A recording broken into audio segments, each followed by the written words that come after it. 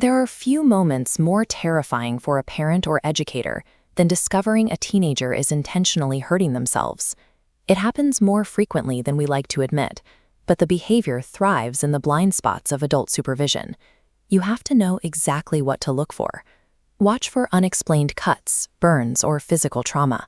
Notice if a teen is wearing heavy winter clothing like long sleeves and pants in warm weather.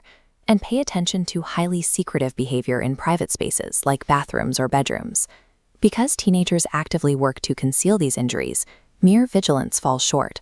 Adults must actively interpret these subtle shifts in behavior to intervene. When you do make the discovery, your biological response kicks in. You feel a massive surge of panic, anger, and an urgent demand to make the behavior stop immediately. In that desperation, adults typically resort to punishment. We confiscate sharp objects, issue dramatic ultimatums, or ground the teenager to keep them safe. But removing the tools or making threats only addresses the physical symptom. It does nothing to solve the psychological root cause of why they are doing it in the first place. That leaves us with a difficult reality. Our most natural protective instincts to control and punish actually strip away the teenager's only coping mechanism, leaving them in far greater danger. To address the real problem, we have to correct a major misunderstanding. Non-Suicidal Self-Injury, or NSSI, is typically not a failed suicide attempt. This line graph illustrates the coping mechanism. Without effective management skills, a teen's emotional distress builds rapidly, crossing a critical tolerance threshold. At that peak, physical injury acts as a severe relief valve. Distress drops sharply, providing immediate but temporary relief. They are not expressing a desire to end their lives. They are making a desperate, dangerous attempt to survive and regulate pain they don't know how to handle. However, relying on this coping mechanism over the long term statistically elevates a teenager's future risk for suicide. That is why school crisis teams operate under a strict mandate.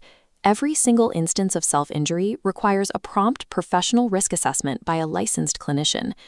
And there is an absolute baseline for safety.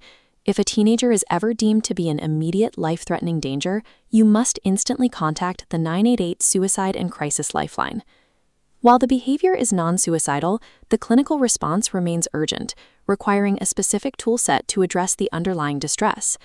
If self-injury points to a deficit in emotional management skills, the solution is clear. We have to actively teach those missing skills. The scientific gold standard for treating adolescent NSSI is dialectical behavior therapy, or DBT. This flowchart demonstrates how DBT works. It provides 4 concrete psychological tools: emotion regulation, distress tolerance, interpersonal effectiveness, and mindfulness. These act as interception points, blocking that emotional buildup before it ever reaches the critical threshold. To reinforce those skills, cognitive behavioral therapy and intensive family counseling serve as structural boundaries, supporting the entire comprehensive treatment plan. These evidence-based interventions replace a life-threatening habit with a sustainable psychological toolkit for managing future stress. But knowing therapy works is useless if schools and parents cannot rapidly connect in-crisis students with those licensed clinicians. MentalSpace School provides the critical infrastructure to bridge that gap, delivering same-day, school-based teletherapy directly to K-12 districts across Georgia. They remove the usual barriers to entry. Students are connected with diverse, licensed therapists supported by broad insurance parameters, including $0 Medicaid options, while ensuring strict HIPAA, FERPA, and HB 268 compliance. This bar chart proves that rapid in-school intervention works, comparing baseline metrics to post-intervention results. The data highlights a 92% reduction in anxiety and an 89% improvement in attendance. When we stop punishing the pain and instead utilize embedded, accessible clinical tools to process it, we save adolescent lives and restore their futures.